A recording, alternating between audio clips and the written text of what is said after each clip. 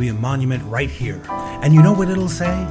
This is where I wasted the best years of my life, waiting for the school bus. Why? Don't you like school? I like the idea of school. There's all sorts of things I want to learn, but they're never on the menu. I'd love to learn about other planets, journalism, and those green rocks I seem to be allergic to. But no, it's poems and dates and hypotenuses. I like poems. Great, knock yourself out. But why do we all have to write them? I can save the planet from giant robots, but I can't write a decent poem to save my life. And I don't care to. Whoosh! Did you hear? They're going to be Olympiads at school today. Whoosh! Ah, finally, my turn to shine. Maybe today will be a good day after all.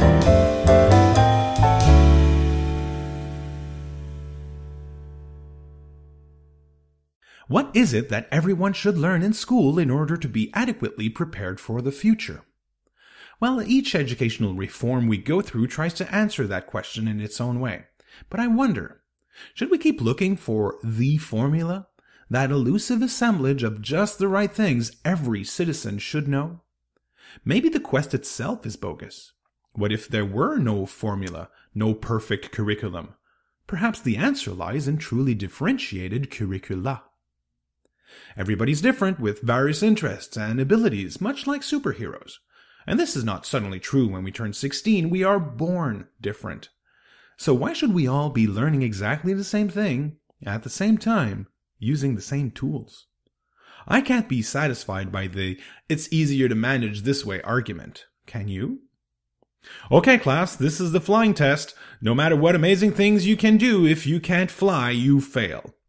Well, school is like this for many. Our system that leads to a high school diploma only values a very limited, borderline microscopic portion of humanity's knowledge. Now, if everyone remembered and used the stuff we're taught in school, I'd say fine, but we all know that's not quite the case. A simple rebate on a piece of clothing in a department store stumps most people.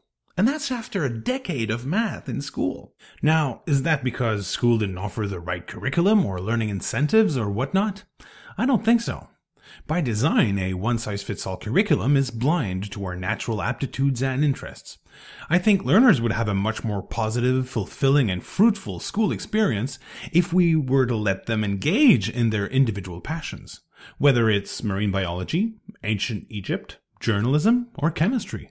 They just might learn a lot more. How about you? When do you learn best? When the topic is imposed onto you and you don't care much for it, or when the subject is something you're passionate about? Taking that route would have another important benefit.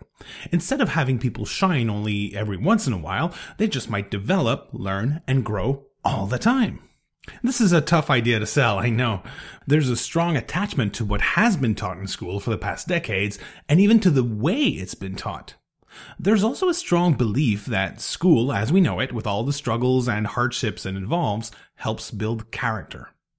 But how long can we say that what prepared children for the future in the 50s, or the 1850s for that matter, still does the trick today? I want to make this pencil disappear. Ta-da! What did she say? She disqualified the Joker for cheating. I don't get it. Why are we calculating this by hand? Can't we use the iBat or something? 'Cause it's not about the technology that we need. It's about the technology schools can afford. Now what? Nothing. That was just Penguin laughing at Superman. Why? Because he's struggling with a mean deviation. There's a rift between school and the real world, and it is really inappropriate for today. When you think about it, some students are struggling, some others failing because they're having trouble doing things by hand that nobody does by hand in real life anymore. No statistician calculates a mean deviation by hand, and you don't actually need to in order to understand what it's for or how to make sense of it. Let the computer take care of the computable. You take care of the meaningful. And as Mark Prensky very aptly puts it, is it digitally wise to spend large amounts of time teaching skills that practically all adults now offload to machines? Perhaps the best way to turn this around is with BYOD. Let the learners bring their own devices in school, all the way through to the exams. Now, this would have the potential of fundamentally changing what we ask of students in school. I mean, if a question can be answered by your smartphone, why ask it? There's another dimension to this rift. When, in your adult life, do you learn something just in case you might need it 5 or 10 years into the future? You don't. Then why do we ask students to grin and bear it? Technology allows us to learn things just in time, when we need that knowledge. While some are convinced that the traditional K-12 regime of topics is invaluable to develop the mind, I have trouble believing those topics are the be-all and end-all of brain development. A mind flourishes in various ways, in as many ways as people are different. Wouldn't you agree? We weren't born in factories created from the same mold. I don't think we develop in factories either. So let's open up the curriculum and allow for thousands of topics to be tackled by hungry learning minds. Okay, but let's be practical. How do we get teachers to teach everything and anything? Well, wait for it. We don't. This idea ties in with technology, you might have guessed. The best teachers are not the ones that know the most, but the ones that believe in you the most. They help you develop your competencies. They do this by offering the right challenges at the right time, asking the engaging questions, and giving the appropriate feedback. The Sugata Mitra Granny Cloud experiment is especially revealing in that respect.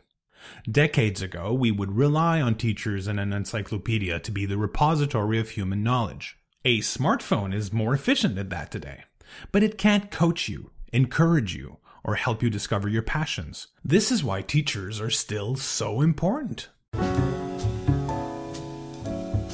So, I heard you had trouble with the mental math. Yeah, I sucked worse than Superman 4. That bad, huh? Oh, but swimming? Now that I most certainly can do. Aquaman might give you a run for your money. Well, we'll have to see about that. Oh hey, world's finest dudes. Whoa! Why is the water green? That's the new filtering system. They're using some sort of green rock. I think it's called hypocryptonite or something. You just throw it in and it filters everything. Why? Oh, good grief. Hypocryptonite takes many forms in school, and just like superhero weaknesses, it's different from one learner to the other. Remember the student that was great at writing stories, but his knees buckled when he had to do an oral presentation? Remember that other student with the keen mind for geometry, even though he had a lot of trouble making sense of those long-winded word problems that are not quite algebra? Well, that was their hypocryptonite. When you think about it, we're stuffing an awful lot into each topic. For the sake of so-called general education, we just might be setting up large groups of people to fail. I mean, a great classical guitarist doesn't have to be a singer, right? And a great singer doesn't have to play an instrument. Imagine, if you will, that everything that is worth knowing or doing is available as something you could learn in school. Those would be the new 3,456 school topics. There could actually be more, but, let's start with those. The teacher's own passions are also part of the menu, mind you. Now, imagine each of these topics having 20 levels of proficiency, of equivalent complexity. So there. Learners would have more room to grow and enough options to steer clear of their hypocryptonite. Each level of proficiency could be worth points towards a diploma. This, by the way, would allow to assign different values to different topics, as well as encourage exploration of elements of culture that might be a little off the beaten path. Kind of sounds like a game, right? Well, that's a great idea you just had. Why not gamify the high school diploma?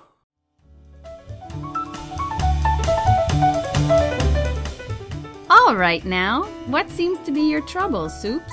I don't get it. I know I'm good at all sorts of stuff. I'm super good, actually. But it's as if everything in school was rigged to tell me that I'm not. You're in luck, Superman.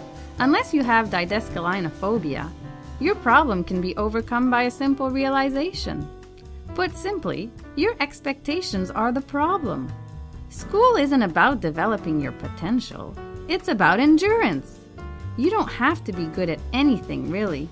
You simply have to tough it out. Tough it out? Yes, think about it. The high school diploma doesn't actually prove that anyone knows or can do anything, really. It is not a testimony to knowledge, but to perseverance. So the whole school experience is a test of my patience? Couldn't we change school? turn it into a place where we could learn anything? Well, you see, the education system has a well-documented affliction of neophobia, coupled with heresyphobia. No. The best thing for you to do is to develop a nice case of catagelophobia. What's that? The fear of ridicule. Could be a great motivator for you. Oh, good grief. What if we did change what a high school diploma represents? What if it were proof that a person has developed skills, acquired knowledge, developed competencies of a certain level of complexity? Let's get rid of the filtering function of the diploma and recognize that people knowing and doing different things is not only what we need, but that it's also a truer reflection of who we are as a society. Try this for size. Can you name 3 Superman villains? Having trouble? Lex Luthor is his best-known arch-nemesis. General Zod just landed a spot in a second movie. But the others, like Darkseid, Doomsday, Mr. Mxyzptlk, Bizarro, or Brainiac, are often absent of most people's culture. But okay, that's just knowing. Rote memory. No big deal. How do you feel about this? Imagine a student who could tell you that Superman villains are often not quite as interesting as Batman villains because they tend to be unidimensional, guided by a desire to destroy Superman or conquer Earth. Batman villains like Bane, the Riddler, or the Joker have a more complex relationship with Batman. They enjoy torturing Batman psychologically, which makes for richer stories. We are now in the realm of analysis and evaluation, going up a few notches in complexity here. Now let's consider this third learner who could write a rich, compelling superhero story set in our world and time. It takes some valuable skills and knowledge to pull off something like that. Is it part of our traditional K-12 regime of topics? Not so much. I'm not saying we should trade calculating things by hand or writing essays with superhero lore as a compulsory topic. I certainly don't think we should switch a one-size-fits-all curriculum for another. What I am saying is that there are many possibilities to develop higher-order thinking skills in a great variety of areas. Human knowledge is rich and diverse. I think we can have the high school diploma reflect that. All in all, the road to that new high school diploma is probably not as long as one might think. There's more and more content available online for almost everything. On top of that, there are more than enough creative teachers out there to create brand new content of higher didactic quality. Technology is more affordable every day, to the point that it's probably cheaper than all those workbooks and ruled paper we have students buy every year. The toughest thing to do just might be letting go of the old model of school we all have embedded deep into our culture. And you know what? I think we can. And once we find the courage to really put that model into question, maybe then we'll stop failing Superman.